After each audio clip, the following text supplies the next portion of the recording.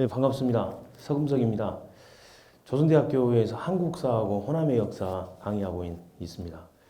제 전공은 시대사는 고려시대사, 그리고 좀 더 구체적으로 들어가면 시대를 떠나서 한국사 중에 특별하게 생활사하고 과학사를 전공을 했습니다.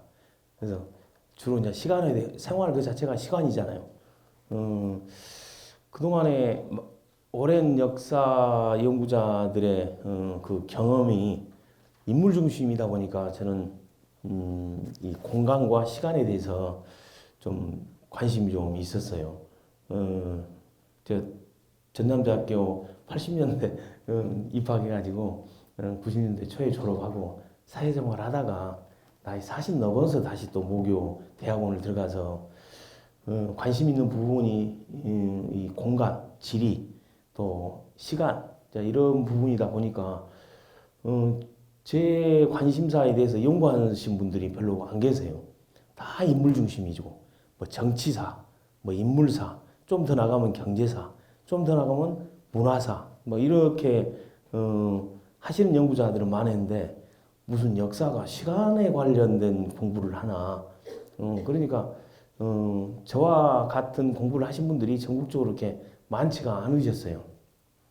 근데 따지고 보면 역사라는 것이 물론 우리가 글로 쓰면서 역사가 되지만 문자가 기록화되면서 역사가 되지만 그 이전에는 당연히 선사시대가 되겠죠.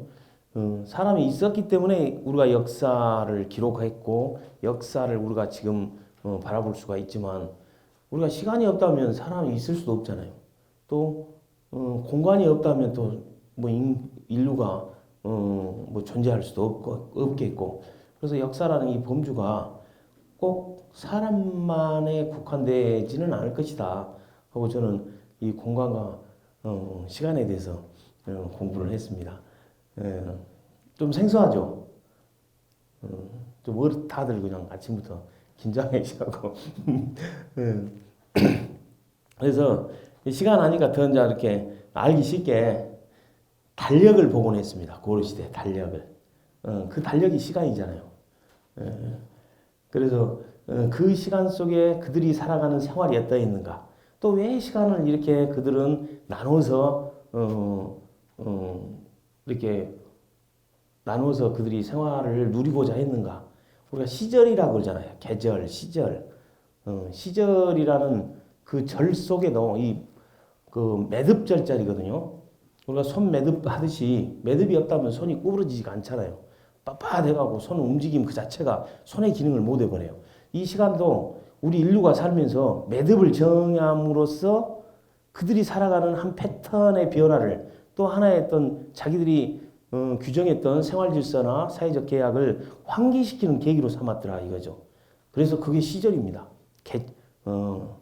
그래서 우리가 절의 격음화가 되니까 이제 철이 되는 거고 철 들었냐 그런 소리가 나오는 게 시간을 꽉 채웠냐 시샘말로 좀 물이 들었나 이제 이런 말로 우리가 철 들었다는 말을 하는 게 그 매듭절자를 씁니다. 그 시절 공부를 했던 사람입니다. 오늘 로드인 강주 속으로 로드니까 또 밟아야 되지 않습니까? 이게 답사. 저 매월 첫째 주 토요일 날 답사를 떠납니다. 오늘이 11월 첫째 주인데 저도 깜짝 놀랐어요. 일주일 전에. 이게 원래 오래전에 계획했던 프로그램이거든요. 그래서 제가 코로나가 계속 장기적으로 진행된다고 생각하고 11월 7일이나 11월 14일 괜찮습니다. 이렇게 했는데 이게 사회적 거리 1단계로 떨어지자 저희들 답사 모임 제가 주관하고 제가 운영하고 가서 제가 해설하는 답사 모임이 있어요. 강주 근교역부터 시작해서 전남권, 호남권 오늘은 지금 익산에 왕국리 답사를 지금 갔어요. 이미 도착해가고 답사하고 있어요. 저는 오늘 여기 강의를 끝내고 SRT를 타고 곧바로 또 미륵사지로 가야 됩니다. 그래서 아무튼 이렇게 우연찮게 또 흥미롭게 여러분들을 뵙게 돼서 너무 반갑습니다. 이 사진은 학생들한테 보여줘요. 물론 다 아시겠죠? 이 사진이 어디 사진인지는 한번 그래도 한번 물어볼게요. 어디 사진입니까? 예, 광주죠, 광주. 예, 광주 사진입니다. 이게 당연히 무등산이 있으니까 광주인지를 알겠죠. 불과 120년 전의 사진입니다. 이게 언제 찍었는지는 확실히 몰라요. 그러나 1920년대 광주천이 직강, 반듯반듯한 일제시대 때 모든 도시 내에 내천, 강 이거를 직강화 정책을 추진하는 과정에 도시 내 모든 강천 이름들이 바뀌기 시작을 합니다. 우리가 알고 있는 광주천의 모습입니다. 뱀처럼 꼬불꼬불하잖아요. 이런 강이었어요. 이게 넓을 때는 물론 건천이라 해가지고 그렇게 수심이 깊지를 않아요. 그러니까 강주천에서 수심이 깊어가지고 빠져 죽었다는 분들은 그렇게 드물었을 거예요. 그냥 무릎 정도 깊어봐야 무릎 정도 달 정도라고 건너갈 정도. 그러나 이 넓이가 길었어요. 그래서 폭이 넓을 때는 한 300m 정도 됐답니다. 그러니까 강이었죠, 한마디로. 이런 수심이 얕고 넓은 강이 만약 산에 나무 한 그루도 수치가 나가지고 나무 한 그루도 없는 무등산에 폭우나 폭풍우가 장마철이 다가왔을 때는 이게 범람해 버립니다. 지금 이 정도쯤에 아시아문화 정당이 있을까요? 옛날 전남 도청 거기까지 이 물이 범람해 버려요. 그러니까 고려시대나 조선시대의 이 관리자 광주 목사나 광주에 왔던 장관들은 이 수치 물의 관리가 최대 관심사였어요. 그래서 저 위에다 보면 지금은 없습니다만은 이 그림에는 없습니다만은 이 정도의 사직공원 바로 그 위쪽에 석서정이라고 조그마한 섬을 만들었어요. 우리 옛날 분들이 음기가 너무 강하면 이게 풍수나 장마철에 범람해 오르면 그 음기잖아요. 음기가 세니까 이 음기를 지압을 해서 그 음기의 세기를 막는다. 이게 풍수적인 사상이죠. 그래서 섬을 만들어서 그 섬의 위에 정자를 하나 만들었습니다. 석서정이라고. 무쏘 돌로 돌석자 무쏘석자. 그러니까 동물의 형상을 떼서 이 석서정 아래에 묻어서 그 정자를 짓는 겁니다. 옛날에 보통 옛날 사람들 보면 인신공양이라고 있죠. 근데 인신공양이 사라지고 나서 이런 어떤 형상을 땅에 묻고 건축물을 짓거나 또 성을 짓거나 건축하는 그런 어떤 사상이 있었습니다. 넓게 말하면 이게 풍수 사상입니다. 석서정이 아름답게 있었어요. 지금 석서정이 광주천 한가운데 있었으면 얼마나 아름다웠을까요? 그러나 지금의 광주천의 폭이 이 석서정을 담을 만한 그런 폭은 되지 않기 때문에 지금 석서정이 어느 쪽이가 있던가요? 안 보셨구나. 석서정 보신 분들 그걸 복원이라고 해야 되나? 이거 정말 속상해버려요. 이제 상상을 한번 해보세요. 이쪽으로 쭉 이제 직강화 정책으로 해가지고 반듯한 지금의 광주천인데 여기 복개도로 위에 양동시장 좀 못 와서 그 도로 위에 시멘트 위에 정자 하나가 있어요. 보셨을까요? 광주천 안 가보셨구나. 양동시장 그쪽 방면에 양림동 쪽에서 쭉 강주공원 쪽에서 쭉 내려다 보면 정자가 하나 있습니다. 그래서 길가에 시멘트 위에 그 석서정을 복원했다고 복원했습니다. 그건 복원이 아닙니다. 복원이라는 용어는 기존에 있던 형상을 그대로 갖다가 자리를 옮기든 어찌든 그 형태를 그대로 다시 만드는 것을 복원이라 그래요. 지금 익산의 미륵사지 그 석탑 있죠.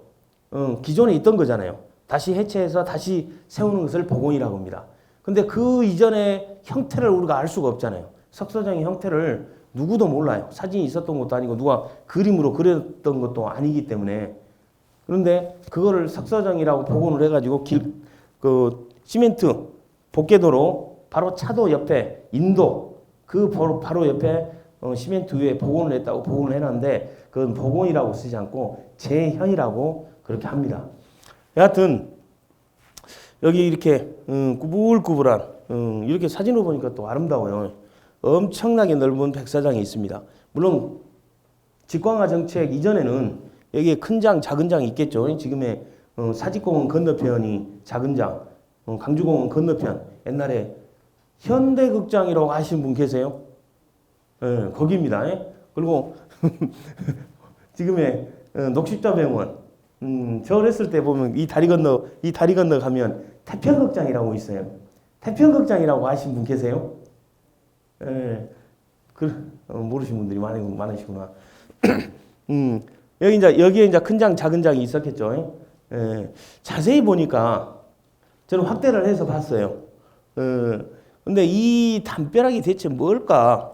물론 제 추측이 맞을지는 모르겠습니다만은 뭔가 좀 아직까지도 담벼락이 좀 있는 것 같아요. 사실 지금 생각에 이 강주천하고 이 넓이는 상당히 거리가 멉니다. 여기서 그때 농사도 짓고 막 그랬다고 하니까 엄청난 삶의 터전이었죠. 근데 이 정도 언저리에 강주읍을 관리하는 일종의 현이 있었던 거죠.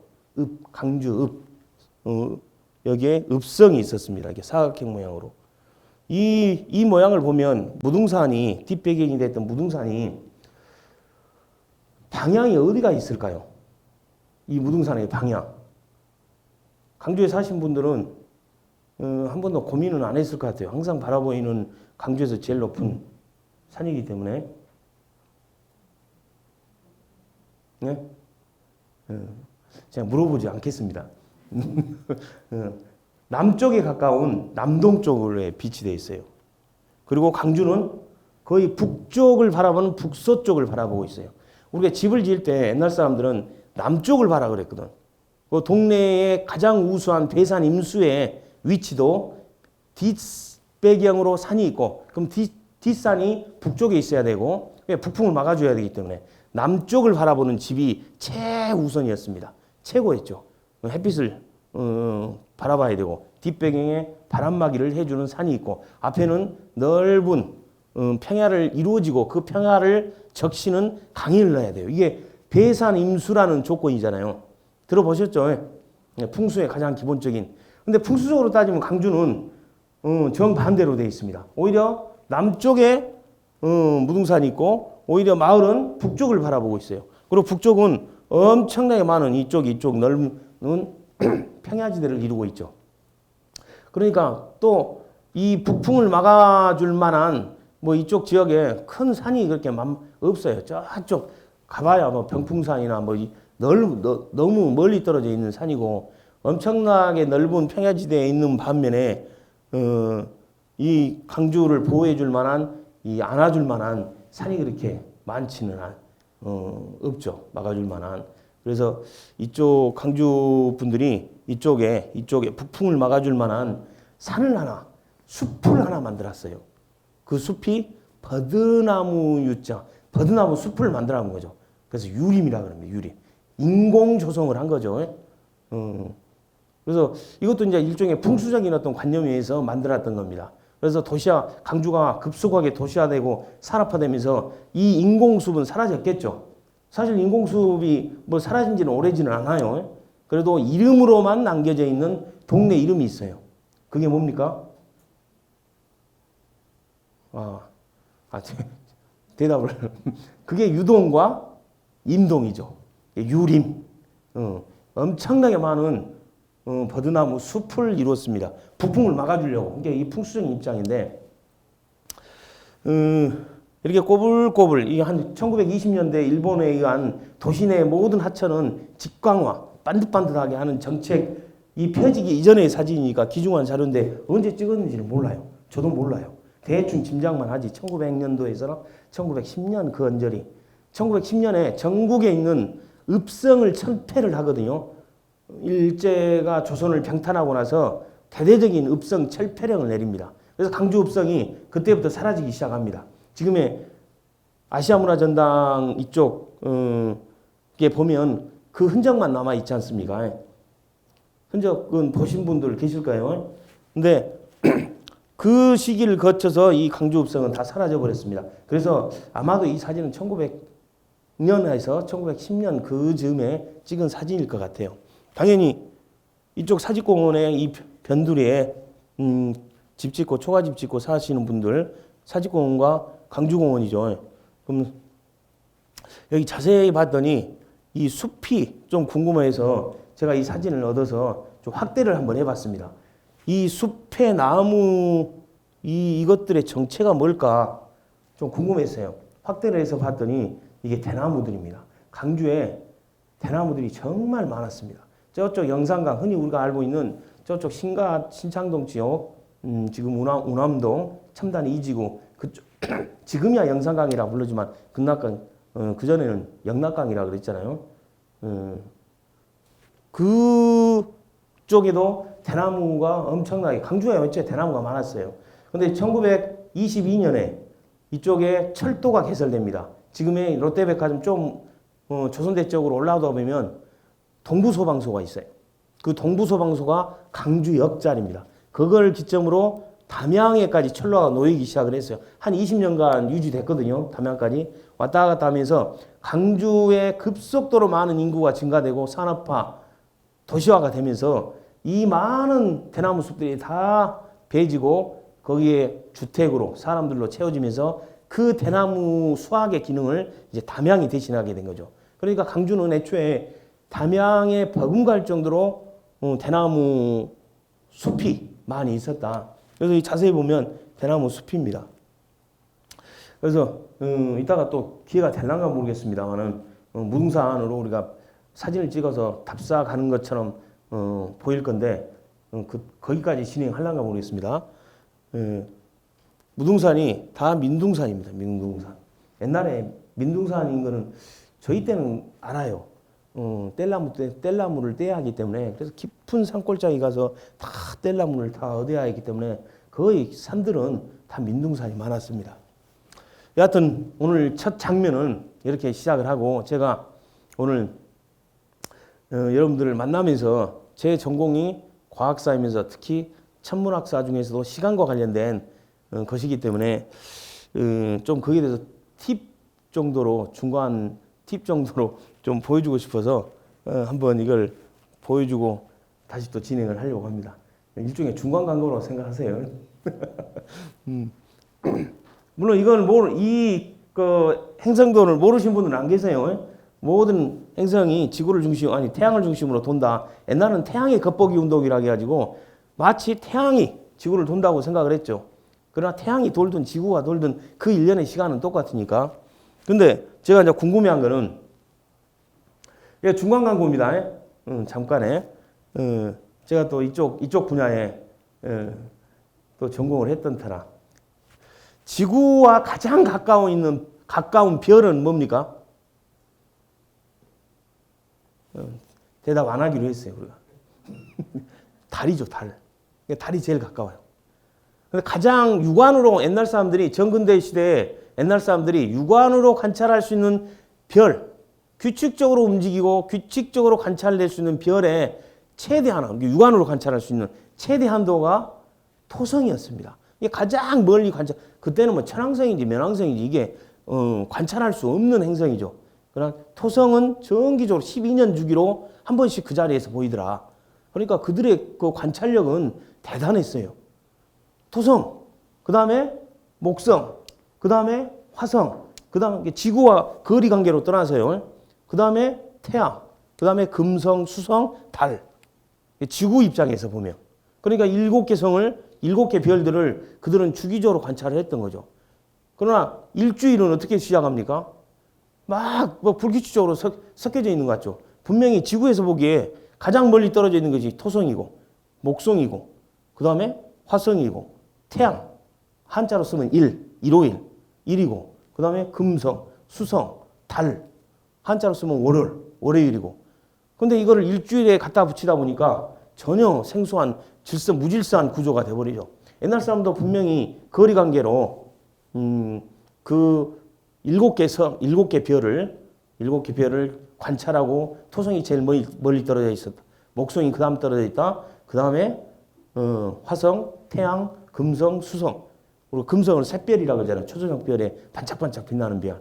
그 다음에 달이 가장 가깝다. 옛날 사람 분명히 다 파악을 했어요. 그럼에도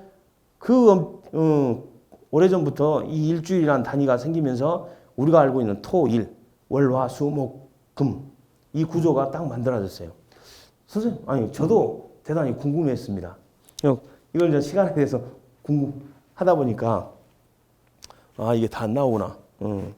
토성, 목성, 화성, 태양, 금, 수성, 달. 이 지구에서 거리 관계로 이 순서를 유지를 하고 있습니다. 어떻게 정해지냐? 토요일, 일요일, 월, 화, 수, 목, 금. 이건 우리가 알고 있는 일주일 단위입니다. 토요일은 토성이 관장을 해요. 제일 멀리 떨어져 있는 토성. 토성부터 아까 제일 멀리 떨어져 있는 그 배치대를 그대로 기록합니다. 토성, 목성, 화성, 태양, 금성, 수성, 달. 7개 나왔죠. 하루에 24시간을 이대로 배치를 하는 겁니다. 그리고 그 시간대마다 그 별들이 그 시간을 관장한다 생각하고 옛날 사람들이. 그리고 그 다음에 똑같이 토성, 목성, 화성, 태양, 금성, 수성, 달. 그 다음에 토성 똑같이 토성, 목성, 화성, 태양, 금성, 수성, 달. 그 다음에 다시 달 다음에 다시 여기가 지금 24기로 쭉 내려가는데 이 순서대로 가면 그 다음 순서가 태양이 되는 거죠. 이 화면이 이게 다 안 보이고만요.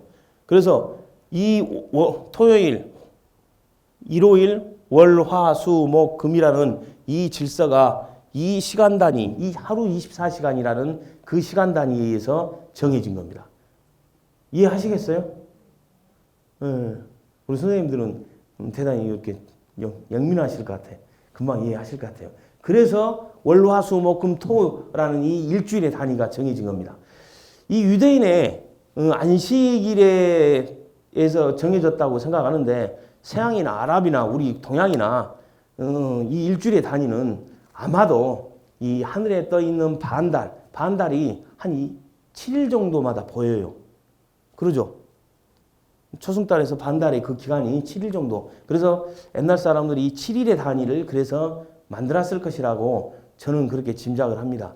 일주일의 단위는 이렇게 우리들에 의해서 이제 약속한 것인데 이렇게 의해서 정해진 겁니다. 그래서 오늘 그냥 로드인 강주 강의 들으러 갔다가 뜬금없이 일주일 단위가 이렇게 생성됐다라는 것을 알고 왔다.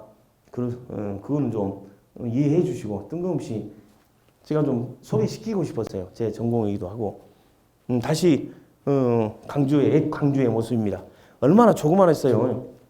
조그만한 지금의 시골 큰 동네 정도 됩니다. 이 정도가 지금의 강주만하게 되어버렸어요. 여기에 네모로 구성된 강주 읍성이 있었습니다.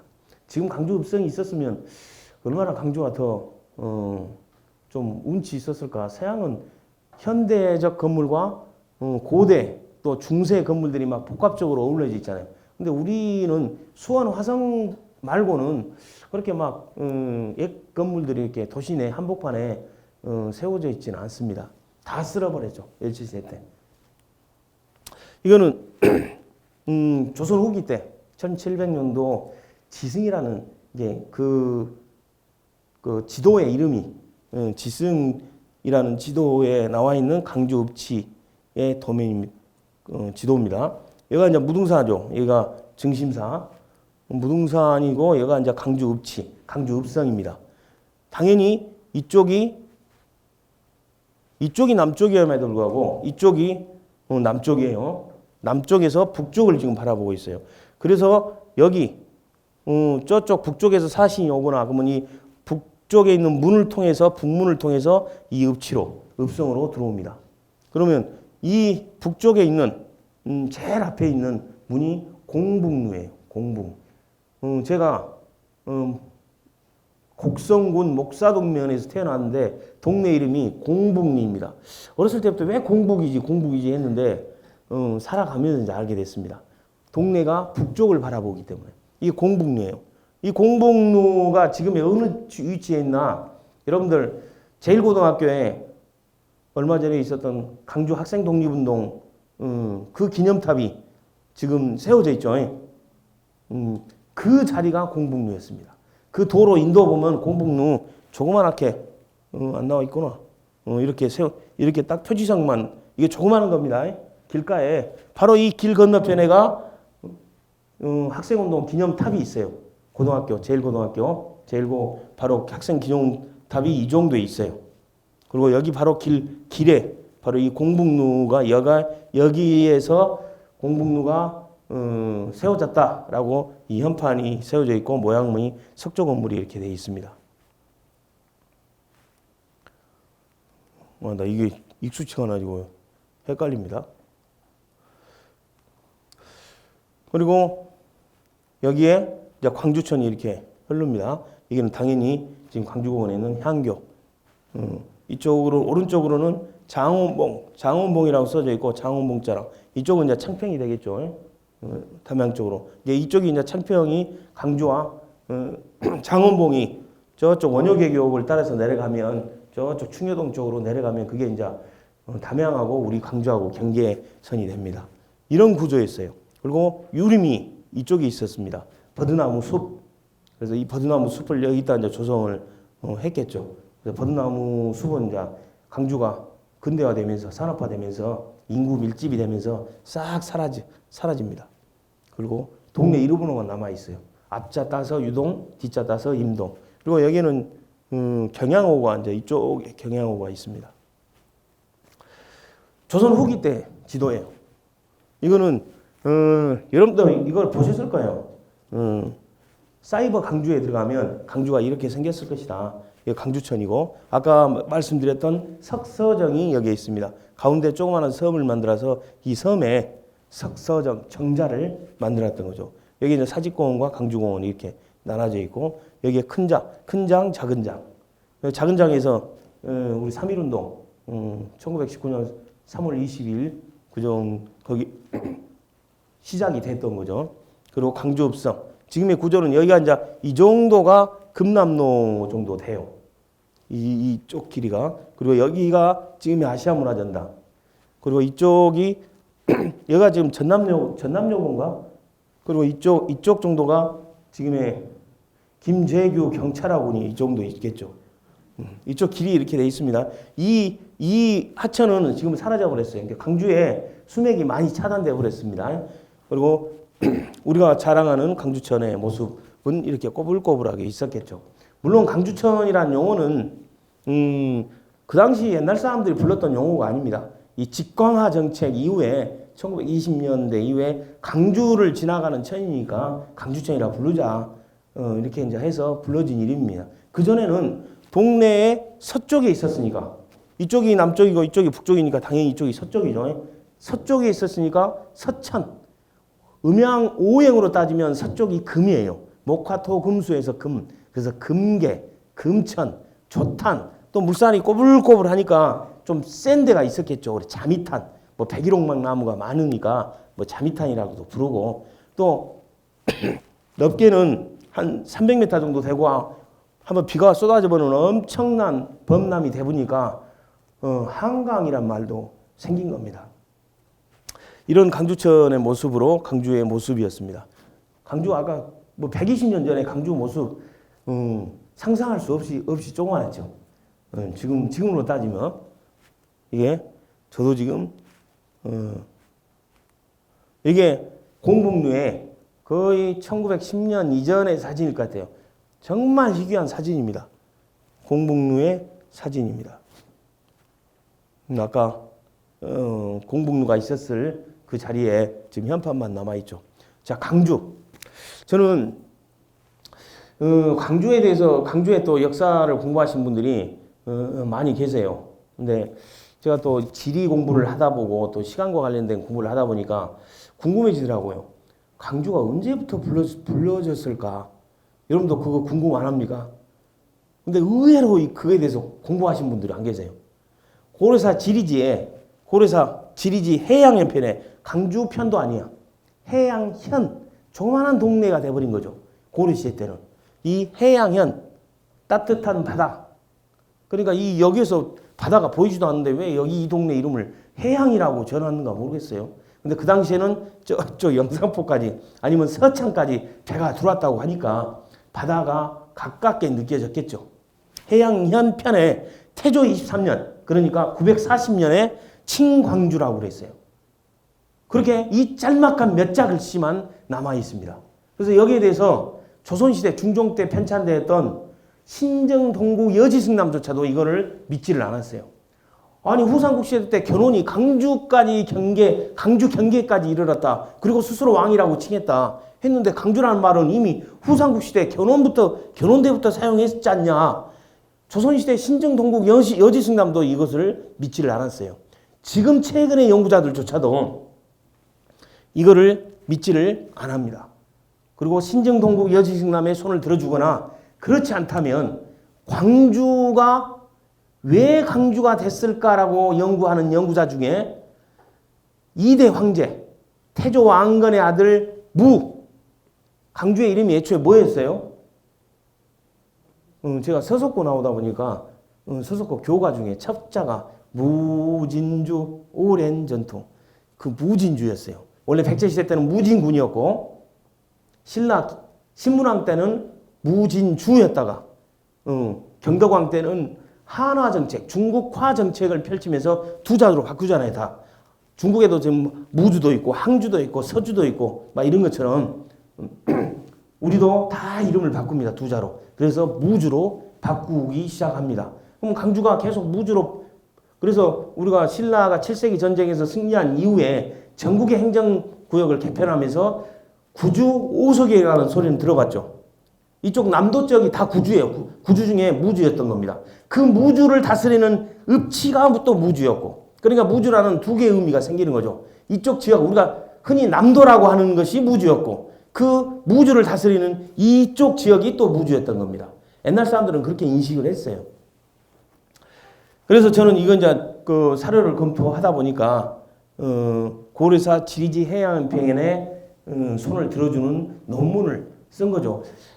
제가 여러분들한테 그 인쇄했던 그것이 그 논문입니다.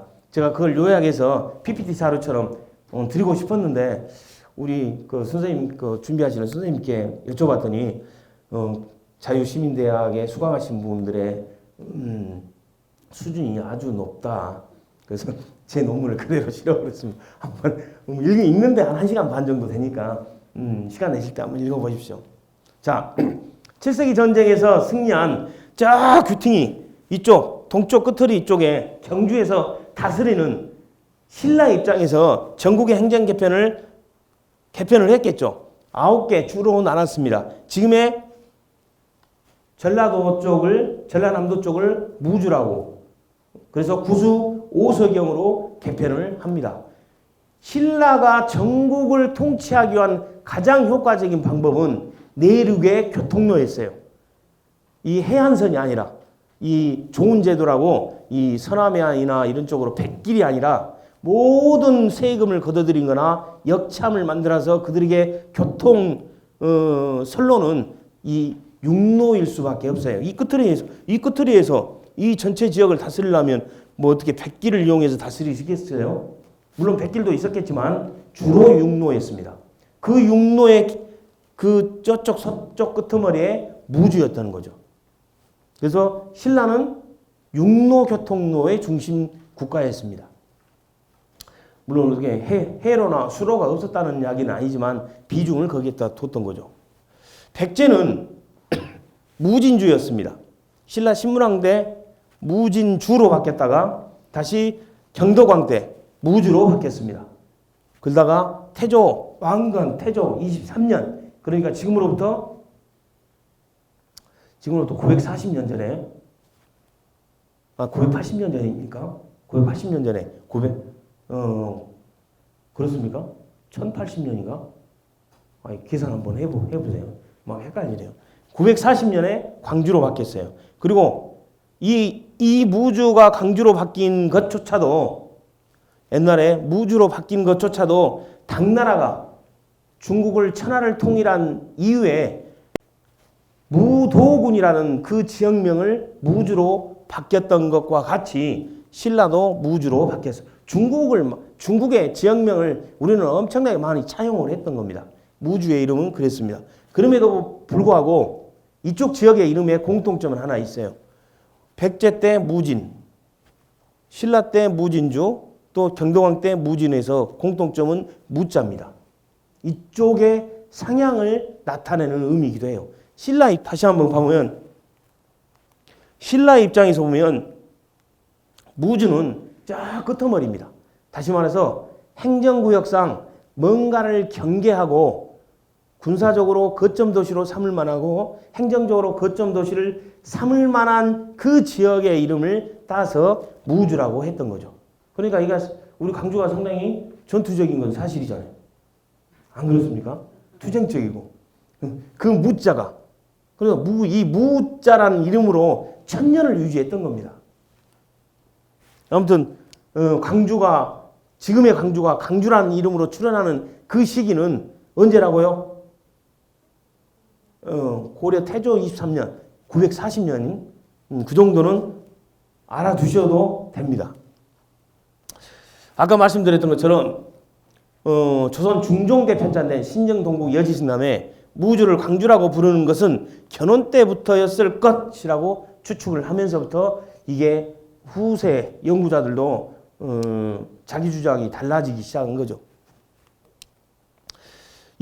아까 말씀드렸던 것처럼 한 연구자 중에는 고려 2대 황제, 이 나주에서 태어났어요. 해종은 나주에서 태어났습니다. 왕건이 나주를 점령하고 나서 만난 여인이 한 명 있습니다. 장하왕후 나주 오씨. 오씨를 만나고 그 하룻밤 사이에 자기들 둘 사이의 로맨스에 의해서 태어난 장본이 해종이에요. 이 해종의 이름이 무였습니다. 그래서 해종의 이름 무를 피휘, 이름을 어떤 위대하신 스승이나 또 왕들의 이름을 피했다고 해서 피휘라고 했습니까? 그래서 아니 목이 말입니다. 무자를 피휘했기 때문에 해종대 943년에 즉위한 해종 즉위 이후에 광주라는 이름이 출현했을 것이다. 이렇게 이제 연구자가 연구 발표를 했어요. 그래서 저는 여기에 대해서 이제 반박을 한 거죠.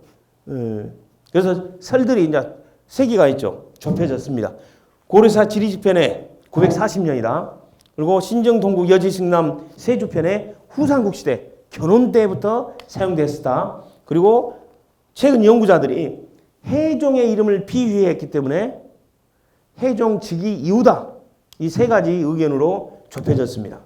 제가 물 좀 묻겠습니다.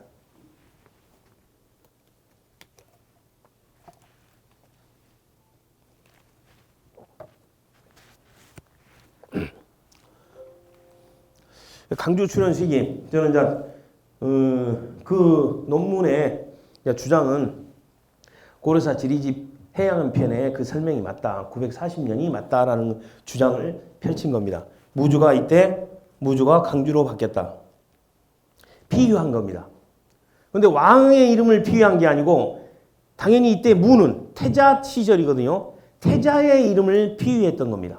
저는 이제 그렇게 주장한 거죠. 근데 우리 역사 사서에 삼국사기나 고려사나 또 조선왕조실록 어딜 봐도 태자의 이름을 피유했다라는 어떤 선행 자료는 없어요. 그러나 중국 사서에 찾아봤더니 의외로 중국 사서에 다음 왕 때의 위상과 다음 왕의 역할을 강조하기 위해서 전 지역에 반포를 합니다. 내 다음을 이을 왕 태자의 이름을 피유해라. 이름을 피해라. 이런 기록들이 많이 나와요. 그래서 설령 우리의 역사책에는 안 나왔다 치더라도 중국이 그런 사례가 찾아진다면 태조 왕건의 그 다음 왕을 이룬 해종 이름 무를 피했다면 940년이 맞을 것이다. 왜? 태조 왕건이 후삼국을 통일한 때가 936년입니다. 그러면 대대적으로 전국을 통치할 그의 입장에서 보면 전국의 행정 개편의 필요성이 있었을 거예요. 그렇다면 전국의 행정 개편을 필요성에 따라서 이름을 짓는데 내 아들의 이름을 피해라 라고 했을 수도 있겠다. 그러므로써 내 아들을 배려해 주는 거죠. 위상을 강화해 주는 겁니다. 왜?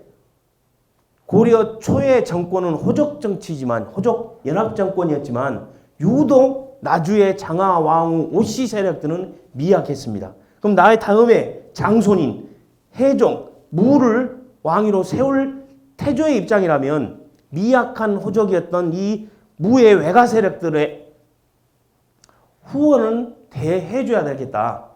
그래서 태조는 다음 왕을 이를 자기 아들의 이름을 피함으로써 미리 사전 작업을 했지 않았을까. 태조 왕건의 아들에 대한 배려에 있지 않았을까. 다시 말해서 요즘 시쳇말로 아빠 찬스인 거죠. 키워주는 거죠. 힘이 미약했기 때문에. 고려 2대 황제 무, 나주에서 태어났습니다. 정확한 사료에는 언제 태어났다라고 이 시간을 기록하지 않았지만 태조가 903년에 나주를 정벌을 하거든요. 그래서 금성을 나주라는 이름으로 바꿉니다. 그전에는 금성이었잖아요. 또는 금산이라고도 하고 또는 백제시대 때는 금산군이라고 했고, 그러나 지금 금성산이 있던 그 지역명의 이름을 따서 금성이라고 했던 겁니다. 그래서 금성을 나주로 바꿨던 겁니다. 그리고 두 번째 다시 태조가 911년에 다시 나주로 또 옵니다. 후삼국 쟁탈전 그 과정에 이때는 왕건은 궁예의 부장이었던 거죠. 그리고 911년에 나주 장하왕후 나주 오씨를 만나서 이제 해종을 이제 만들어내는데 912년에 태어났을 것 같아요. 아마 이 시기가 정확할 겁니다. 나주에서 태어났어요. 그러니까 나주는 고려시대 내내 중요한 그들의 어향, 왕이 태어난 곳이다라고 대단히 신성시하고 중요시했어요. 그동안 1000년 가까이 광주가 이 지역사회, 이 전체 지역사회에 뭐 백제가 됐든 신라가 됐든 무주는 그들의 거점 도시였는데 이제 그 무게중심이 점점 나주로 바뀌기 시작합니다. 그러면 광주는 그 위상이 상대적으로 낮아질 수밖에 없는 거죠. 자, 해종 무는 이름이 무예요. 한자 외자예요. 태자로 책봉된 시기가 918년 왕건이 고려를 건국한 쿠데타 성공으로 궁예를 몰아낸 그 918년 이후 4년째 되는 해에 태자로 책봉해버립니다. 그러니까 태조 왕건은 이 해종 무를 대단히 어떤 비중에 두고 다음 왕으로 세울 일찍부터 준비를 한 거죠. 그리고 943년에 태조 왕건이 죽자 그 다음 왕으로 해종 무가 즉위합니다. 32세로. 지금으로 따지면 상당히 건강한 나이대입니다. 자기 아버지 태조 왕건하고 후삼국 쟁탈전 과정에 전쟁을 함께 누볐기 때문에 이 나주의 나자도, 그러니까 이 나주의 이름은 누가 지어줬어요? 원래 금성이었는데 나주 금성을 점령하고 동네 이름을 개칭을 했잖아요. 태조 왕건이 지어준 겁니다. 물론 이제 그때 왕은 궁예였죠.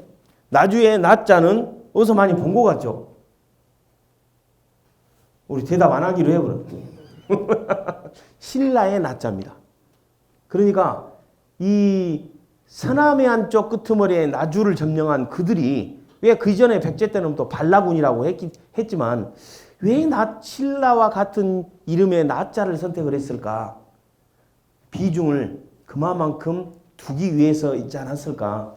나주에. 그전에는 발라군이라고 했고 금산 또는 금성이라고 했다가 나중에 903년에 왕건이 나주를 금성을 점령하고 나주로 개칭합니다. 그 나주의 저쪽 서쪽에 있는 산이 아름다운 야트막한 한 400m 정도밖에 안 돼요. 금성산이 있어요. 근데 나주가 고려나 조선시대 내내 나주가 이제 거점 도시로서 비중이 높아지다 보니까 이 400m 정도밖에 안 되는 금성산이 강주의 무등산, 1000m가 넘는 강주의 무등산을 눌러버린 겁니다. 이게 이 지역의 전 근대 국가에서는 지역의 강이나 지역의 산에 대한 이 신성시를 대단히 했던 겁니다. 그래서 양쪽에 강주와 나주의 이 지역 싸움에 이 금성산과 무등산 싸움으로 또 번지기도 합니다. 그러나 항상 그 시기에는 금성산이 이겼어요. 왜? 고려 왕조가 내내 나주에 비중을 뒀기 때문에. 나주 거점 도시였어요. 아니, 무주 거점 도시였습니다. 행정이나 경제나 모든 군사 도시였고 지역의 방어선이었습니다. 무주. 무자에서 그거를 파악할 수 있습니까? 그 지금 시간 뭐 쉬어요? 그냥 계속 해버려도 되죠. 지금 제 시간을 몰라서 지역의 방어선이었던 거죠. 이따가 혹시 사진을 볼 수 있을라나 모르겠습니다만은 우리 이쪽에 산장 넘어가는 길 올라가다 보면 무진 고성이라고 복원해 놓은 터가 있어요. 혹시 보신 분 계세요? 삼국사기에 나온 무진 고성 혹은 무진 도독성이라고 나왔는데 그거 아마 수십억 수백억 쏟아갖고 그 무진 고성을 복원해 놨어요. 강주에 그 아름다운 성을 복원해 놨다니까요. 근데 사람들이 찾질 않아. 찾아갈 수가 없어요. 차를 주차해 줄 돈 할 데가 없어요. 길 한복판에 길 한 가상에 기껏해야 주차하고 올라가면 막 뒤에서 버스가 오면서 빵빵거리고 주차를 할 공간이 없습니다. 오로지 산책로로 지금 취급해버리고 두암동이나 산수동 그쪽의 몇 분들의 산책로로만 활용이 되는데 그 성 하나 복원했는데 그 돈 많이 들어갑니다. 그렇게 복원을 해놓고 지역사회에서 주민들이 이용할 수도 없게끔 또 많은 분들이 무진고성이라고 서울 쪽에서 인터넷 치고 찾아와요. 너무 실망해버려요. 어디 앉아 있을 만한 데가 없어요. 이 산 능선과 계곡을 따라서 성을 만들었을 것 같아요. 백제 때도 그렇고 신라 때도 그렇고 그게 이제 무진고성인데 이 지역을 방어하는 성입니다. 그렇다면 이쪽이 그 정도 튼튼한 성을 이쪽 바로 산수동 바로 위에 올라가면 있어요. 그 산장 바로 올라가면 보셨죠? 무진고성 산장 올라가는데 중간에 지금 산장에 있어요. 근데 그 정도 성을 지었다면 여기가 분명히 신라의 입장에서 보면 아마 최전방이지 않을까. 백제의 수도가 위례성에서 공주에서 부여로 지금의 또 익산으로까지 내려올 수도 있었어요. 오늘 지금 저희들 답사가는 데가 익산의 왕궁리인데 거기에 왕궁리 그 정도 큰 규모로 별궁을 지을 수는 없을 것 같아요. 엄청난 큰 궁궐터입니다. 왕궁리. 그럼에도 불구하고 백제가 미리 멸망을 해보니까 그 왕궁리는 이제 묻혀져 버린 거죠. 아마 천도했을 것 같아. 백제가 살아남아 있으면 익산으로. 근데 이쪽 지역은 어떤 왕궁터가 없잖아요. 지역의 방어선이다 보니까 그렇다면 여기가 어떤 신라 입장이나 백제 입장이나 그들의 입장에서 보면은 누군가를 방어했을 그런 성을 지었을 것 같아요. 그래서 이름도 무주라고 했습니다. 상당히 전투적으로 지은 거죠. 이 무주라는 이름은 무진군이, 무진준이, 무주라는 이 무자 이름은 1000년을 유지했습니다. 그러다가 940년에 이제 광주로 바뀐 거죠. 거점 도시.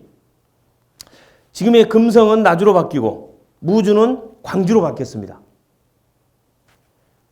이제 거점 도시가 바뀐 거예요. 강주에서 무주에서 광주로 바뀌면서 그 무자의 투쟁적이고 전투적인 이 색이 분명한 색깔이 분명한 우리 강북 사람 색깔 분명하잖아요. 색깔이 분명한 이 지역색이 광으로 바뀌어본 거예요. 지역색이 흐려져 본 겁니다. 광주가 왜 광산화분을 지금 하려고 하겠습니까? 이름 따라서 하겠지.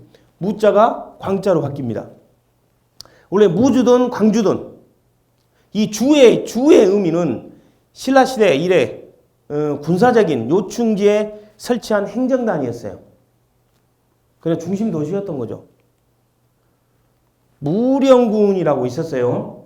무령군. 백제 때는 무의시군이라고 그랬고 신라 경덕왕 이후 때는 전국의 7세기 전쟁에서 승리한 신라는 전국의 지역사회, 지역 행정구역을 개편하는 과정에 무령군이라고 지었어요. 그러나 태조 23년 930년에 전국에 있는 모든 땅덩이의 무자를 다 바꿔버린 거예요. 근데 희한하게 무자를 광자로 바꿨더라고. 그리고 앞뒤자를 바꿔놨어요.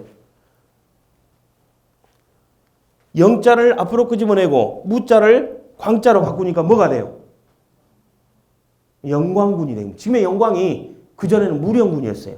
그러니까 이 무자를 광자로 바꾼 사례가 광주만 있는 게 아니더라. 그래서 940년에 태조가 전국의 행정구역을 개편하는 그 시즌에 전국의 모든 지역의 땅 이름에 무자는 없어졌습니다. 이게 후삼국을 통일한 태조 왕건의 입장에서 전국을 통치하고자 하는 그들의 이념이 숨어져 있는 겁니다. 강주의 투쟁적인, 활동적인, 전투적인 그 이미지를 자기 아들의 이름과 비유하면서 광자로 바꾼 거죠. 자, 918년 고리 건국합니다. 그리고 930년 후삼국이 통일해요. 그리고 940년에 전국의 행정구역을 개편합니다. 그리고 943년에 태조 왕건이 죽어요. 이게 이미 행정구역을 개편하는 그 시즌은 태조 왕건의 정권 말기였던 거죠.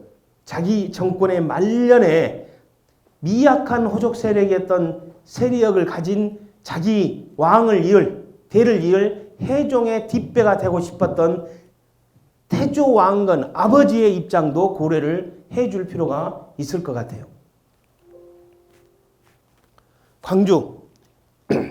그래서 광주로 바뀌었다가 이제 곧바로 성종대. 그 다음 왕입니다.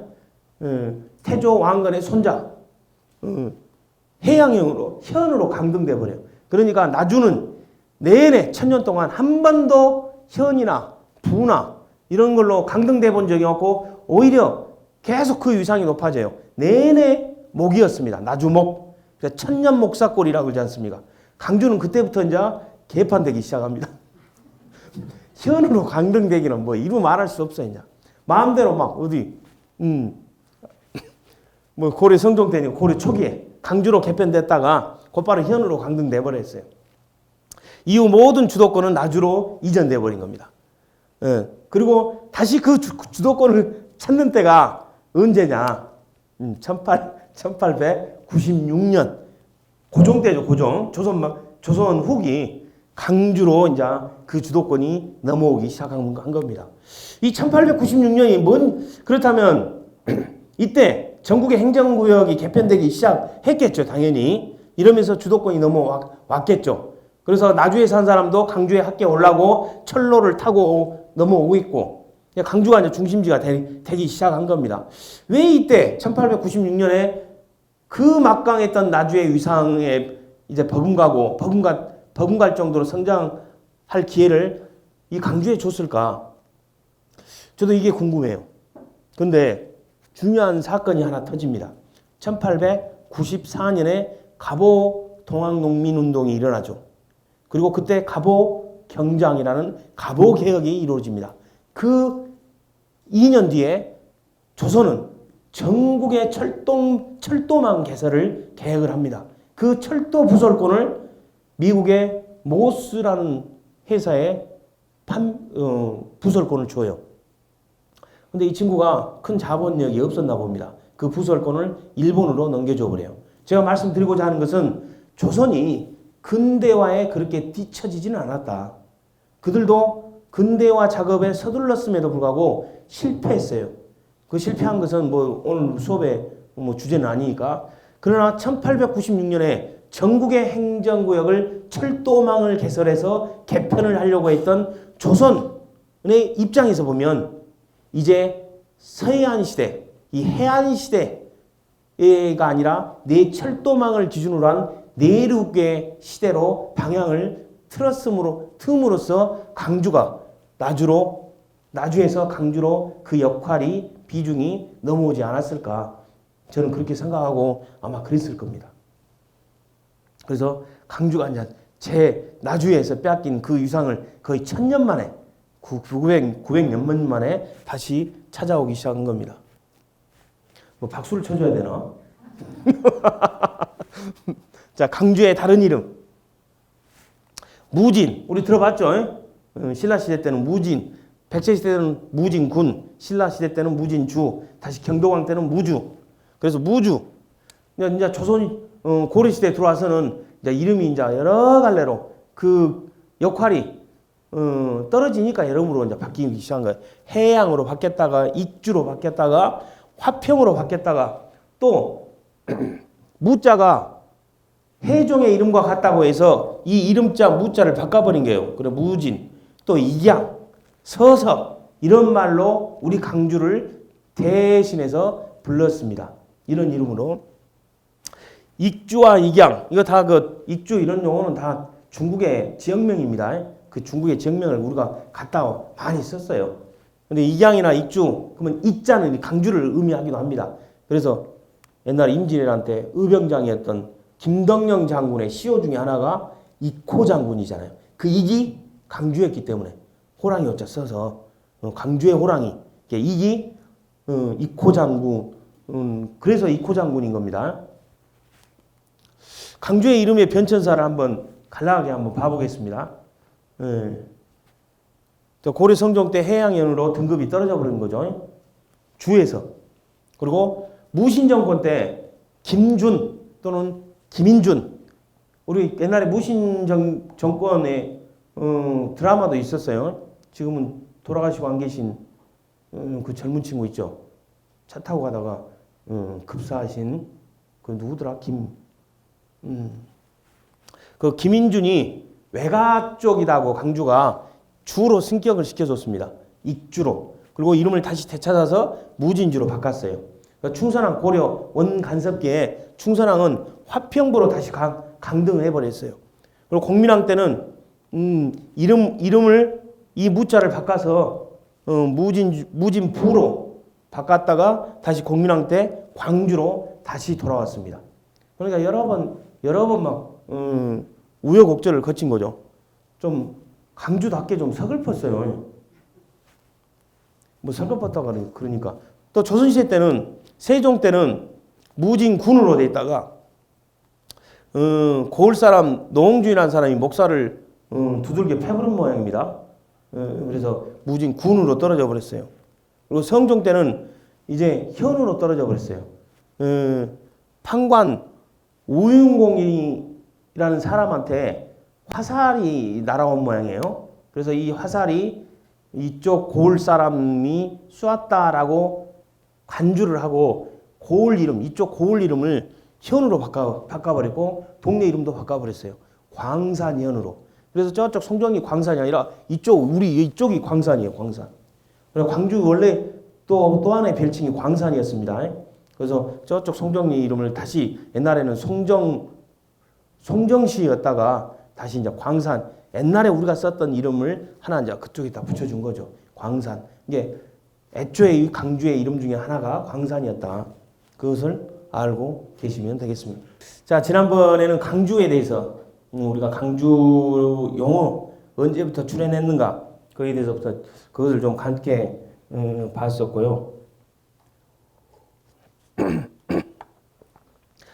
그래서 광주가 언제부터 출현했다고요? 940년이요. 근데 전라도는 언제부터 출현했을까요? 또 이렇게 물어보면 당황할까요? 2018년이 1000년이었어요. 그러면 1018년이 전라도 탄생입니다. 전주와 나주를 합쳐서 전라도로 했잖아요. 현종 9년에 현종도 대단히 위상이 약하고 출생 성분이 대단히 미약했던 사람이라 자기 위상 강화를 위해서 거란의 1차 침입, 2차 침입을 경험하러 와서 전국의 행정구역을 개편해버립니다. 이게 바로 정근대 국가의 왕권 강화 정책의 하나예요. 행정구역 개편이. 그때 바로 전주와 나주를 합쳐서 전라도를 만듭니다. 그래서 전라도가 그때 탄생됐어요. 경상도, 지금의 충청도, 강원도, 경기도 이런 지역명보다 가장 빨라요. 전라도가.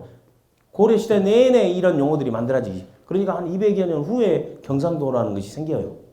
그러니까 전라도는 충분히 자부심을 가질만 합니다. 용어로 자부심을 가진 것도 그렇지만 아무튼 제일 빨랐어요. 광주. 제가 이제 이거는 학생들하고 답사하면서 답사 가기 전에 학생들한테 보여주고 가서 또 설명을 하면 더 나을 것 같아서 오늘은 이제 로드인 강주잖아요. 강주 속으로 로드 길이니까 따라서 가자. 이게 답사 아닙니까? 그래서 답사하는 기분으로 같이 한번 갔으면 좋겠습니다. 강주의 시간을 따라갔다. 이건 제가 이무적으로 해석한 거예요. 여러분들이 마음대로 해석해도 돼요. 노드인 강주. 뭐라고 표현하면 좋을까요? 좀 영어로 쓰니까 좀 있어 보이잖아요. 한글로 우리 해석을 하니까 강주의 시간을 따라갔다. 저는 시간을 대단히 사랑합니다. 시간. 계속 지금도 시간에 대해서 궁금하고 옛날 사람들이 시간을 어떻게 만들어냈을까? 시간은 창작된 겁니다. 여러분들이 알고 있는 그 시간은 모든 게 다 창작된 거예요. 인류에 의해서. 그러니까 인류가 시간을 만들어내면서부터 정말 인류의 삶은 시작됐다고 생각합니다. 하늘에서 뚝 떨어진 게 아니에요. 그 태양이 돌든 지구가 돌든 그건 상관없이 아무튼 지구가 한 바퀴 뺑 그 자리에서 돌았다고 해서 하루가 되고 서산에서 동쪽에서 떠서 서쪽으로 지지고 그 다음날 또 뜨는 시간이 태양이 움직이고 있잖아요. 옛날 사람들은 태양의 겉보기 운동으로 시간을 체크를 했기 때문에 이게 하루였어. 근데 이 하루를 우리는 12조각으로 나눴지만 더 구체적으로 24조각으로 나눈 사람들이 우리였어. 이게 시간은 우리가 만들어내는 겁니다. 그리고 시절, 계절 다 우리가 그 촘촘히 짜여진 그 시절들을 다 우리가 만들었어요. 그 매듭을. 그래서 그 매듭의 의미를 부여가면서 절기를 만드는 거죠. 절일. 그래서 정월대보름도 만들고 상원절도 만들고 삼진날도 만들고 단오절도 만들고 유두절도 만들고 칠석 8월 15일 추석 중양정도 만들고 동짓날도 만들고 막 이렇게 다 만들었어요. 국가적인 연말 행사 나빌이라는 거 있어요. 나빌. 거의 지금으로 따지면 연말 정도 되는 시즌에 국가 왕실에 주관하는 행사예요. 2000 몇백 춘추 전국시대 때부터 이 동아시아권에서 유지됐는데 우리 그 일제 병합되자마자 양력으로 바뀌면서 나빌이 뚝 사라져본 거야. 우리 지금 나빌이라는 이 절일 행사를 거의 기억 못해요. 무려 2500년이 넘는 그 오랜 기간에 국가적인 행사였음에도 불구하고 이제 점점 우리 기억에서 사라진 시간 개념들이 많아요. 유두 기억한 사람들 있어요? 이제 단오도 이제 기억 못 할 거예요. 저는 어렸을 때 단오절에 학교 근회 만들어 가지고 근회 막 타는 그런 행사도 많았었는데 단오절도 이제 기억 못 할 거예요. 이제 젊으신 분들은 이제 사라진 절일 중에 대표적인 절일 점점 사라진 동짓날 이제 상무 팥죽집에 가서 동지죽 먹는 걸로 끝날 거야 아마. 동지도 사라져요. 저 어렸을 때 거의 설날에 버금갈 정도의 동지가 컸습니다. 모든 태양의 길이는 동지점부터 시작을 했어요. 작대기 하나 세우고 해 그림자가 가장 길 때를 잡아서 오이똥 지금부터 짧아지기 시작한다. 그래서 그 점을 찍어냈던 것이 동지점이에요. 그래서 그 다음에 동지점이 올 때까지를 1년으로 봤던 겁니다. 그래서 동지죽을 먹으면 우리는 한 살을 먹었다 그랬어요. 왜? 달력의 기준이 동지점이기 때문에. 이 작대기 하나의 그림자가 가장 길 때 그 시즌을 찾아내는 거. 그 시즌 찾아내기가 쉽지가 않아요. 그래서 옛날 사람들의 관찰력과 끈기와 오기와 무딘 그들의 끈질김이 이 시간을 만들어냈다. 나는 그분들을 너무 존경해요. 내가 못하면 내 자식이 못하면 내 손자가 그 일을 해낸 거예요. 시간을 만들고 시간을 찾기 위해서. 지금의 태양력으로 1년이 365일 일이 아니라는 걸 알죠? 그러죠? 1년이 365일 5시간 48분 46초 땡땡땡땡 옛날 사람들이 찾아내버렸어요. 진짜. 지금으로 따지면 한 1분 차이밖에 안 나. 그러면 한 달의 길이가 30일이 아닌 걸 알죠? 대개 5일 정도 됩니다. 29.5일. 그러니까 한 달은 29일, 그 다음 달은 30일 해놓으면서 29.5일이라는 이 소수점 문제를 해결을 해본 거예요. 그러면 1년이 365일 5시간 48분 46초 땡땡땡땡 이 문제를 이 소수점 문제를 어떻게 해결을 했을까? 거의 5시간 48분 46초를 6시간이나 잡고 4년마다 6, 4, 24 하루를 만드는 것이 윤년이잖아요. 어떻게 이렇게 정말 만들어내었을까? 태양의 1년의 길이와 달의 1년의 길이는 달라요. 30일 계산해봐가지고 29.5일 곱하기 12 하면 354일 돼요. 그러면 365일 땡땡땡땡 하고 11일 정도 차이 나잖아요. 이 11일을 모아서 윤달을 만들어내잖아요. 이 음력을 태양력에 맞추는 그들의 지혜에 한번 박수를 쳐줘봐 한번. 미안합니다. 시간 이야기가 나와서 갑자기 시간에 대해서 이야기를 했습니다. 이게 우리가 흔히 하는 공달이니 윤달이니 이게 맥없이 생긴 것이 아니었습니다. 그들의 삶에 그들이 하늘을 보면서 달과 해를 관찰하면서 그들이 맺었던 그들의 그 약속이 진실에 가까워지려고 노력을 했던 거죠. 실제 가까워지려고. 그들은 태양력에서 농사를 짓고 수확을 하고 씨를 뿌렸지만 이 달의 운행을 또 무시 못했거든요. 그래서 우리가 한 달, 두 달, 석 달, 넉 달 이건 달 기준으로 정한 거고 1년의 길이 24절기는 그들만의 태양력인 거죠. 24절기를 음력이라는 사람도 있더라고요. 동지에서 동지까지가 365일 5시간 48분 46초 돼요. 이게 태양력인 거지. 입춘에서 입춘도 그렇고. 이게 24절기는 그들만의 태양력인 겁니다. 더 나가면 안 되겠네요. 강주로 갑시다. 정정임 선생님의 화백의 무등산 서석대 장면입니다. 그분의 허락 맞고 그분을 소개하면서 여러분들한테 설명을 합니다. 정정임 선생님의 작품입니다. 아까 봤던 강주의 한 120년 전의 강주의 모습, 정말 요만했던 강주의 모습이에요.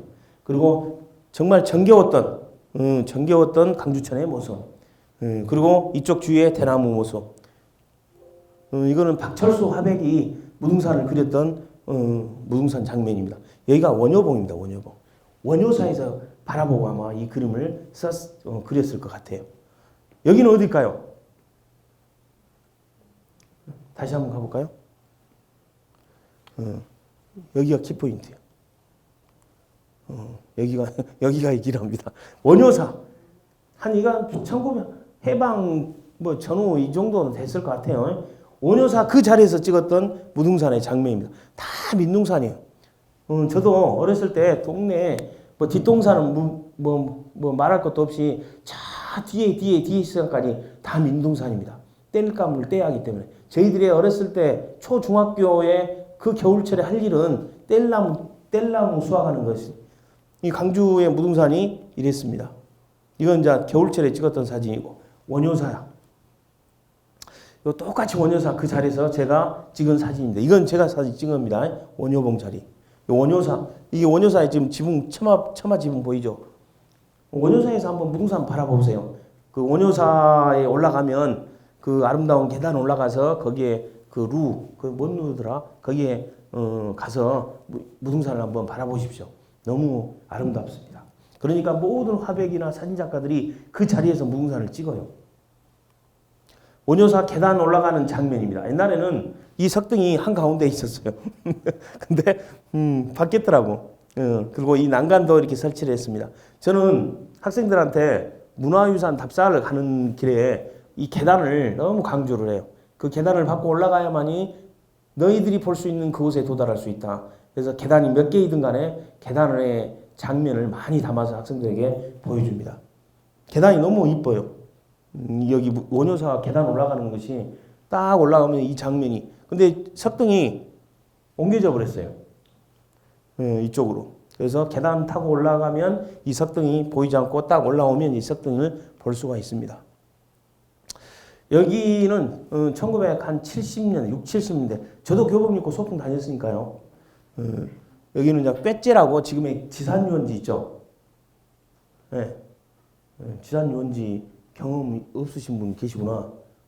저희들은 지금 강주 무등 관광호텔, 무등산 관광호텔. 거의 여기는 거의 나무가 없어요. 이게 이럴 때 폭우 쏟아지면 흘러내려버린 거죠. 여기도 이제 꾀째나 아니면 지금 산장 올라가는 길, 소풍 가고 있습니다. 그러니까 옛날에 폭우나 그런 어떤 산사태가 지금에 비하면 엄청나게 많았겠죠. 이렇게 다녔습니다. 소풍을. 저희 때보다 더 오래된 시절에 산장 올라가는 길입니다. 지금. 그리고 지금의 이 거리를 올라가면 지금의 이 거리, 최근에 강주의 산장에서 찍은 강주 시내의 모습이에요. 안 가보세요? 상당히 로맨틱한 거리인데 산장 거리가 여기 산수동 오거리에서 산장 올라가는 길에 강주 그 무등산 옛길이라고 편말이 붙어 있어요. 그래서 상당히 거기서부터 저쪽 충효동까지 걷는데 거의 반나절 걸려버립니다. 그걸 또 택하신 분들도 계시더라고요. 강주의 옛 이름 무진주. 이제 우리 강주의 옛 이름이 뭔지는 이제 알겠죠. 어느 때는 어느 때, 어느 때, 어느 때. 그리고 강주로 바뀐 뒤로는 무수히 많은 강주의 이름이 생산됐다. 이게 무진고성이에요. 이렇게 복원됐습니다. 저는 여기 갈 때마다 너무 한번 꼭 들러요. 차를 댈 데가 없어요. 산장 커피숍 있죠? 산장 커피숍 막 지나면 막 생겼어요. 여기 이제 버스도 다녀요. 여기 이쪽에 버스도 다니고 양쪽에 있습니다. 양쪽에. 근데 거의 사람들이 없고 이런 그 산책을 하신 분, 등산객들만 여기 이제 왔다 갔다 하셔요.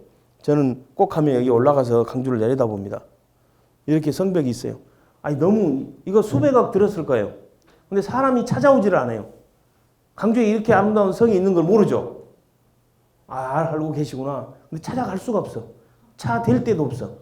어디 가서 근데 이 자리에 올라가서 강주를 내다보면 이쪽 두암동 그 아파트촌하고 강주 시내권이 싹 보입니다. 그러니까 한번 가셔요. 여기를 걸으시기 바랍니다. 그냥 숨만 무성해가지고 참 이렇게 관리를 하나 싶어요. 나 너무 속상해. 한번 가면 그냥 누군가 뭐 때려주고 싶어 그냥. 내려다보는 강주의 모습입니다. 방금 여기에 무진고성이라고 하는데 1987년에 전남대학교 이명진 교수님 그 고고학 발굴팀이 대체 상북상에 나오는 무진고성 혹은 무진도덕성이 여기에 분명히 터는 그 흔적은 남아있을 건데 여기 발굴 조사를 했어요. 근데 이 성이 무진고성이라고 확실하게 밝히지는 못했습니다. 그나마 이제 이쪽에 성이 있을 것이라고 이제 하고 이렇게 복원을 해놨어요. 난 좀 자 이쪽이 반대쪽이고 이쪽이 이쪽입니다. 이 가운데로 길이 나가지고 산장 올라가는 버스들이 다녀요. 그러니까 혹시 근데 차 댈 데는 없어요. 그러니까 저 밑에 내려가서 이 정도가 주차장이 있어요. 쭉 내려가서 그러니까 한참 걸어와서 여기다 주차해 놓으면 좀 위험합니다. 그러니까 왔다 갔다 한번 좀 이렇게 경험하시면 좋을 것 같아요. 강주를 내려다보고 강주에도 더 이상 복원을 안 하더라고. 나는 이쪽 능선을 따라서 제 수원지까지 쭉 내려가갖고 강주에 어떤 명물로 좀 만들었으면 좋겠는데 더 이상의 예산 투입을 안 해요. 여기서 끝났어. 이것만이라도 사람들이 좀 찾았으면 좋겠어. 이렇게 수풀만 무성합니다. 이렇게 있음에도 불구하고 다시 이쪽에서 다시 강주를 아까 그 사진은 저쪽에서 내려다본 강주고 이쪽은 이쪽에서 내려다본 강주입니다. 여기 가보신 분 계세요? 무진고성? 박수 한번 쳐주세요. 이 말 나왔으니까 하는 말씀인데 제가 이제 답사 모임을 해요. 반나절도 다니고 한나절도 다니고 1박 2일도 다니고 또 해외 답사도 가요. 매월 첫째 주 딱 정해져 버렸어요. 그러니까 오늘 지금 익산에 가지 않습니까? 저는 얼른 끝내고 지금 SRT 타고 익산 미륵사지로 가야 됩니다. 근데 제가 깜짝 놀랄 때가 많습니다. 우리 답사 좋아하는 분들이 모여서 같이 다니는데 명호콘을 한번 갔어요. 근데 명호콘을 한 30명 갔거든요. 저는 한 번 정도 명호콘을 오신 분들인 줄 알았어요. 근데 거기에 참여하신 분들 중에 4분의 3이 명호콘을 한 번도 안 왔대요. 강주 분들임에도 불구하고. 제가 장담하건대 지금의 강주 시민들 중에 거의 반 이상은 명호콘 안 갑니다. 안 가요. 설악산은 가지. 정말 나는 그때 깜짝 놀랐다니까요. 그리고 그 명호콘을 가신 분들 중에 또 반 이상은 명호콘 바로 옆에 후산리 은행나무 안 가요. 후산리 은행나무 가신 분들.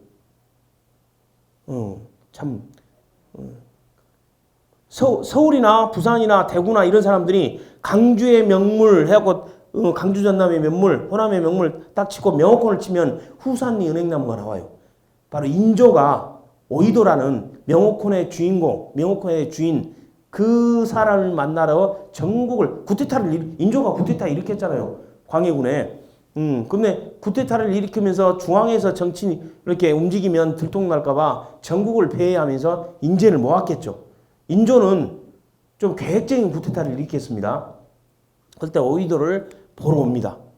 근데 거기에다가 오이들을 보러 오면서 인조가 말을 맺었던 그 은행나무가 지금 그 후산리 명옥원에서 바로 건너편에 후산 은행나무라고 있어요. 엄청나게 커버립니다. 그래 쿠데타 성공을 했잖아요. 근데 오이도 쿠데타가 일어난 그 해에 오이도가 죽어버려요. 그래서 두 사람 간의 인연은 더 이상 이어지진 않는데 그 명옥원에 가면 현판이 하나 있어요. 막 갈게 써버리니까 삼원같이 들리는데 써졌는데 삼고라고 써져 있어요. 3번 돌아본다. 여기서 들어본 것 같죠? 유비가 제갈량을 만나러 갈 때 삼고초려라는 그 삼고가 왜 명옥원에 걸려있지? 저는 대단히 궁금하더라고요. 인조가 찾아왔던 곳입니다. 그래서 그 말을 맺던 은행나무, 개마에 바로 후산리 은행나무 지금 엄청나게 커버렸어요. 그래서 그 기운을 받으실 분들은 그 후산리를 가셔요.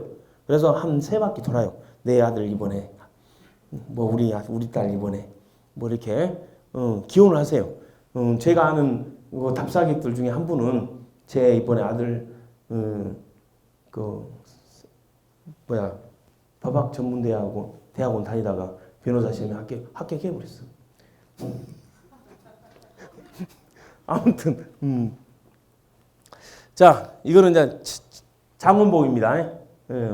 필봉이라고도 하고 여기 무진 고성에서 올려다본 장원봉 자락 쭉 이제 내려갑니다. 여기가 이제 전상희 장군의 충민사. 나는 죄송합니다. 저는 이 충민사의 대문이 너무 마음에 안 들어요. 대문이 무슨 고등학교 교문처럼 만들어놨어요. 그래서 버스 타고 가면 쑥 지나가 버려. 충민사인지 몰라요. 이렇게 물론 여기는 전시관이고 여기는 정녀 비문이 쓴 판각기가 있습니다. 여러분들 어디 답사 가실 때 이렇게 정각이 세워져 가지고 보관된 것들은 다 진품입니다. 그리고 그냥 평지에서 세워진 것들은 복원되거나 모조품이 많고 대기나 그렇습니다. 충민사, 전상희 장군, 평안도 안주에서 정묘호란 때, 1627년 정묘호란 때 청나라하고 그때는 이제 여진족이었죠. 여진족과 쳐들어온 여진족과 싸우다 전자하신 분인데 그때는 그쪽 지역에 숙종 때는 그쪽 지역에 민충사라는 곳을 지어서 이 산은 절사자가 아닙니다. 사당사자입니다. 거기다 지어서 배양을 했는데 이제 우리가 해방이 돼버리고 남북한 갈라져 버렸잖아요. 거기에 또 민충사에 전상희 장군을 모시고 있는지를 모르니까. 근데 강주 쪽의 전상희 장군의 그 업적이 좀 드러나서 전두환 대통령 때 이쪽 지역에 지금 산장자 가는 자리에 그쪽 유족회의에서 이쪽에 자리를 마련해서 충민사를 건립하고 그분을 이쪽에 배양하고 있습니다. 충민사, 전상희 장군, 전두환 장군, 뭐 좀 전시입니다. 둘 다 장군이고. 전상희 장군은 국가에서 애장묘를 지금으로 따지면 국가장을 치러줘서 국가에서 장례를 치러줬어요. 여기가 전상희 장군 올라가는 애장 성묘 돌로 둘레를 이렇게 해줬다고 해서 애장 성묘라고 합니다. 올라가는 이 계단길이 전상희 장군 올라가는 아까 충민사에서 이 전상희 장군의 애장 성묘까지 가는 길이 상당히 길어요. 근데 트레킹 길로 충분히 개발해도 될 법도 한데 길이 잘 가꿔졌어요. 사람 다니는 흔적이 전혀 없습니다. 이게 혹시 또 무서워요. 저도 혼자 가면 좀 무서워요. 여기에 이끼가 너무 써가지고 사람이 다니는 흔적도 없어요. 그러나 저는 이 계단을 밟고 싶어서 올라갑니다. 상당히 길어요. 너무 길어. 이렇게 이끼 봐보세요. 사람이 안 다녀버려. 저도 강주광역시 기념물 제3호임에도 불구하고 안 다녀버려. 근데 우리 쪽에 이 문화재 관리가 좀 이런가 싶을 정도로 여기 올라가면 전상희 장군 성묘가 안 나왔네. 자, 이제 여기를 거쳐서 바로 밑에 우남서원이 있습니다. 우남동이니까 우남동에 있어야 될 우남서원이 이쪽으로 옮겨졌습니다. 조선시대 때는 우남동에 세워졌던 것이 1871년 흥성대원군의 서원철폐령에 의해서 사당이나 서원이 뭐 강주전남 포함해서 2개 남겨놓고 싹 쓸어버렸잖아요. 그럴 때 이것도 쓰러지면서 후세 사람들이 이쪽에다 지었던 겁니다. 운암선, 의병장이었던 임진왜란 때는 의병장이었던 송재민 장군, 그의 사위 권필 등등등을 배양하는 곳인데 여기 주차장이 그 앞집에 닭집 있죠. 닭집의 주차장이 돼버렸어요.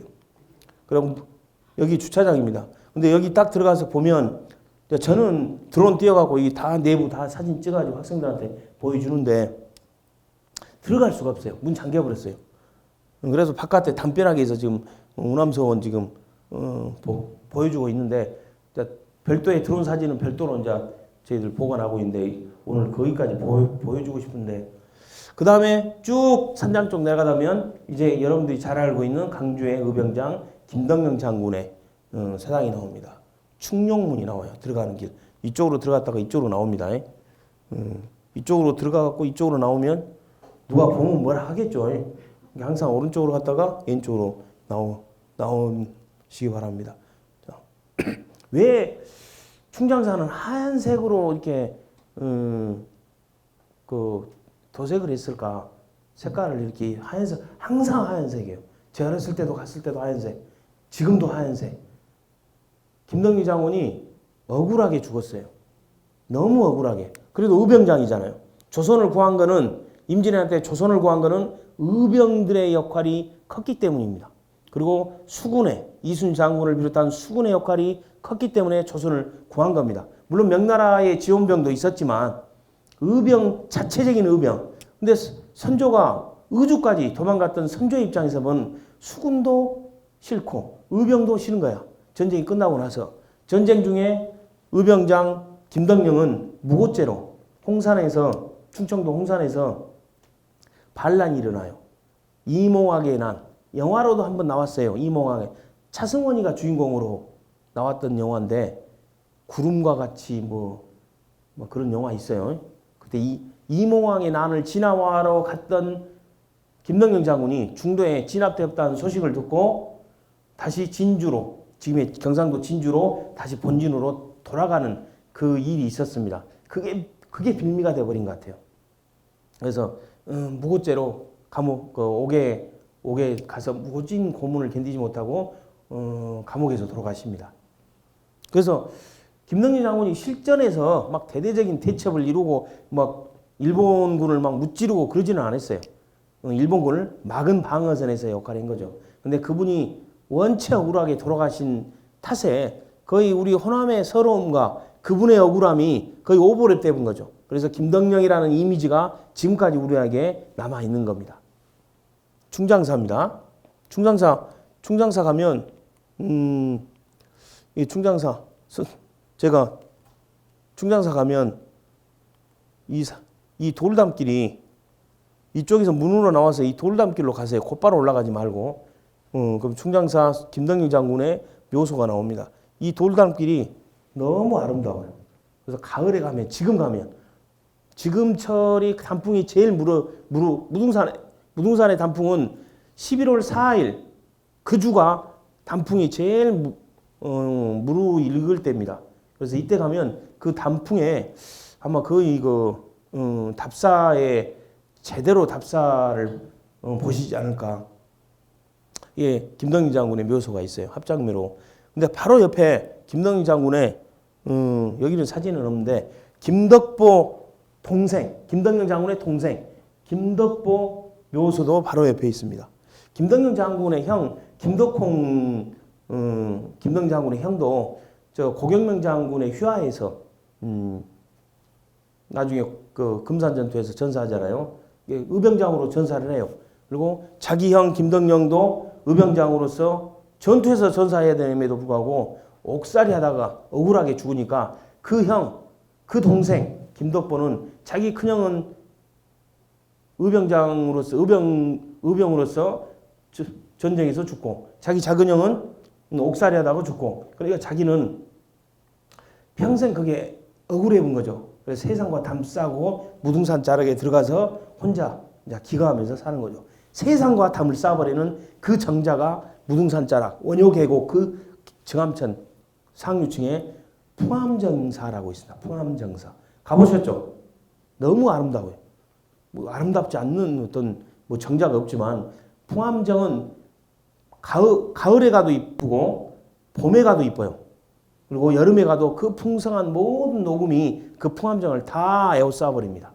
너무 아름다운 풍암정. 이 김덕림 장군이 원효계곡 상류 한 400m 높이에서 칼을 연마했던 곳이라는 주검동이라는 장소입니다.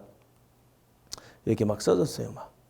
물론 김덕림 장군이 썼지는 않았어요. 충장공이라고 써졌기 때문에 후세 충장이라는 시호가 내려진 이후에 누군가 썼겠죠. 충장은 나중에 이제 정조 때 와서야 이제 김덕림 장군은 명예회복이 됩니다. 충장이라는 시호를 이제 받습니다. 1788년 정조 때. 그리고 그분이 태어났던 지금의 충효동을 충효지리, 충효의 마을이구나 해갖고 그 동네 이름을 왕이 시호를 내려줘요. 그래서 충효동이 된 겁니다. 원래는 석저촌이었어요. 서석, 돌산, 무등산 밑에 있는 동네 석저촌이었는데 그 동네 이름이 지금의 이름 충효동이 된 겁니다. 김덕림 장군의 영정이요. 충장사에 가면 있습니다. 근데 김덕림 장군이 마지막에 이제 유고 시 하나가 있죠. 너무 억울해서 이제 돌아가시기 전에 썼던 시 하나가 있습니다. 한번 읽어볼까요? 나 12시에 나 가야 되는데. 자, 큰 봄산에 불이 나니 펴지도 못한 꽃들이 다 불붙는다. 이거 좀 이거 꺼주실래요? 서산 저 불은 끌 물이 있거니와 내 몸속에 없는 불이 일어나니 끌 물이 없어 하노라. 속이 터져버린 거죠. 온갖 그냥 이런 시를 짓고 돌아가십니다.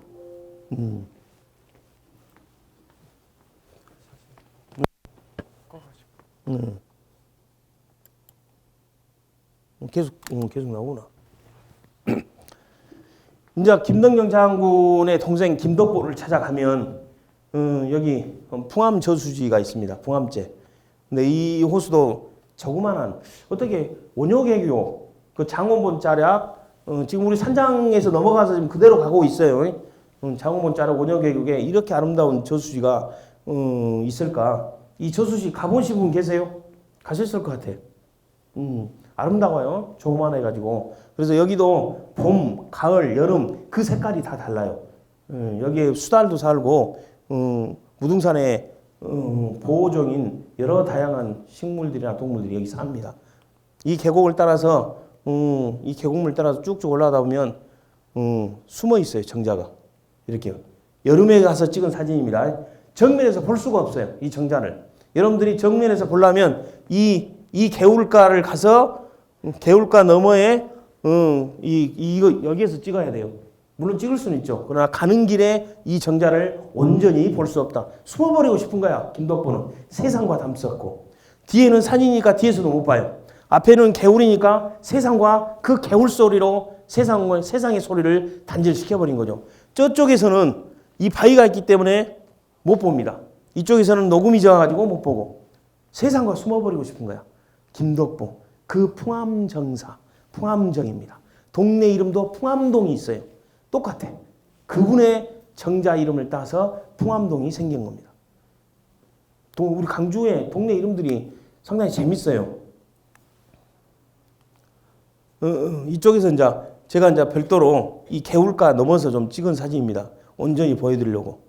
그리고 이 왕버들 군은 알죠? 충효동에 가면 이 왕버들 나무가 있습니다. 여름에 가면 아주 그 녹음이 여기를 다 적셔버려요. 마치 이 왕버들 나무 한 그루가 숲인 것처럼 건너편에서 보면 정말 웅장합니다. 세 그루만 남아 있어요. 원래는 5그루였답니다.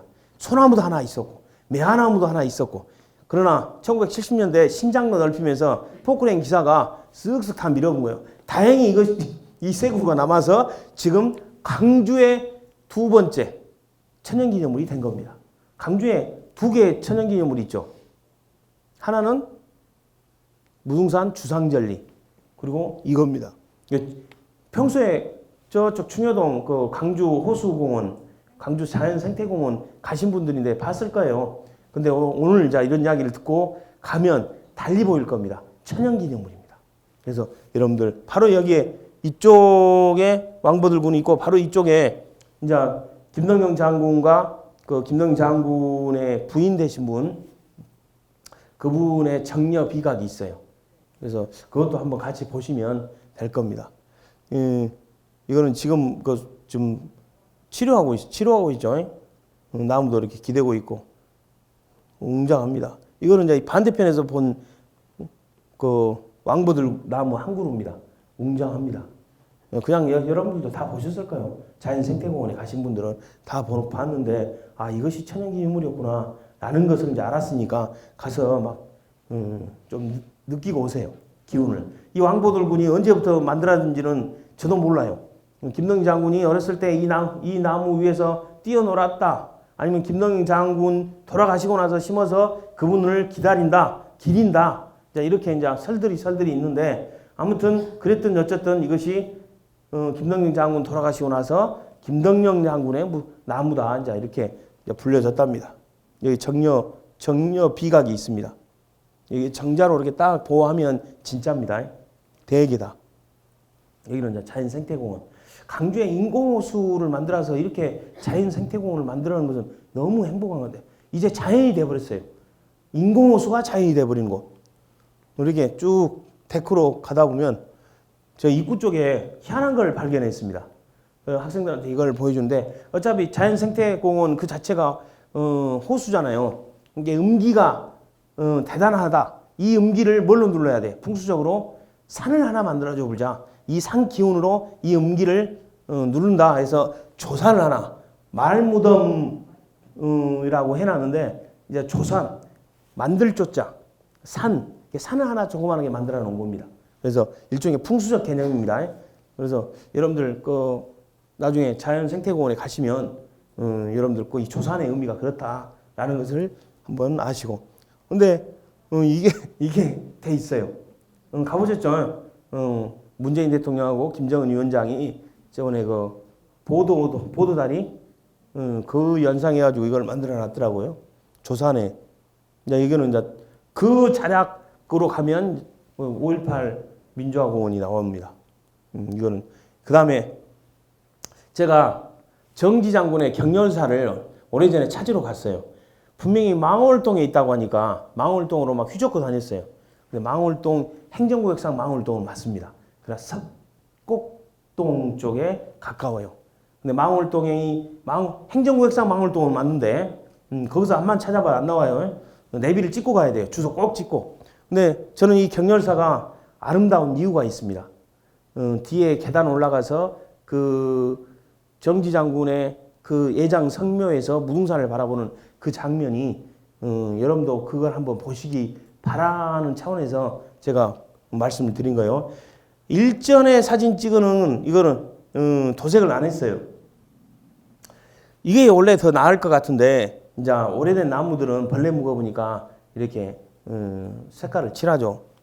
그래서 최근에는 이렇게 이제 칠해놨어요. 경렬사입니다.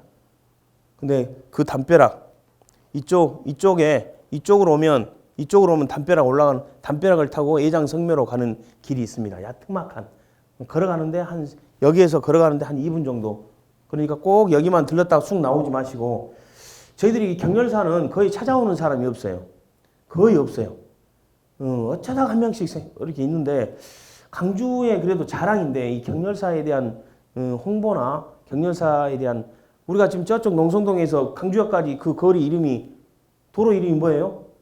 경렬로예요. 이 정지 장군의 구대손이 인조 때 이관의 난을 진압한 정충신 장군입니다.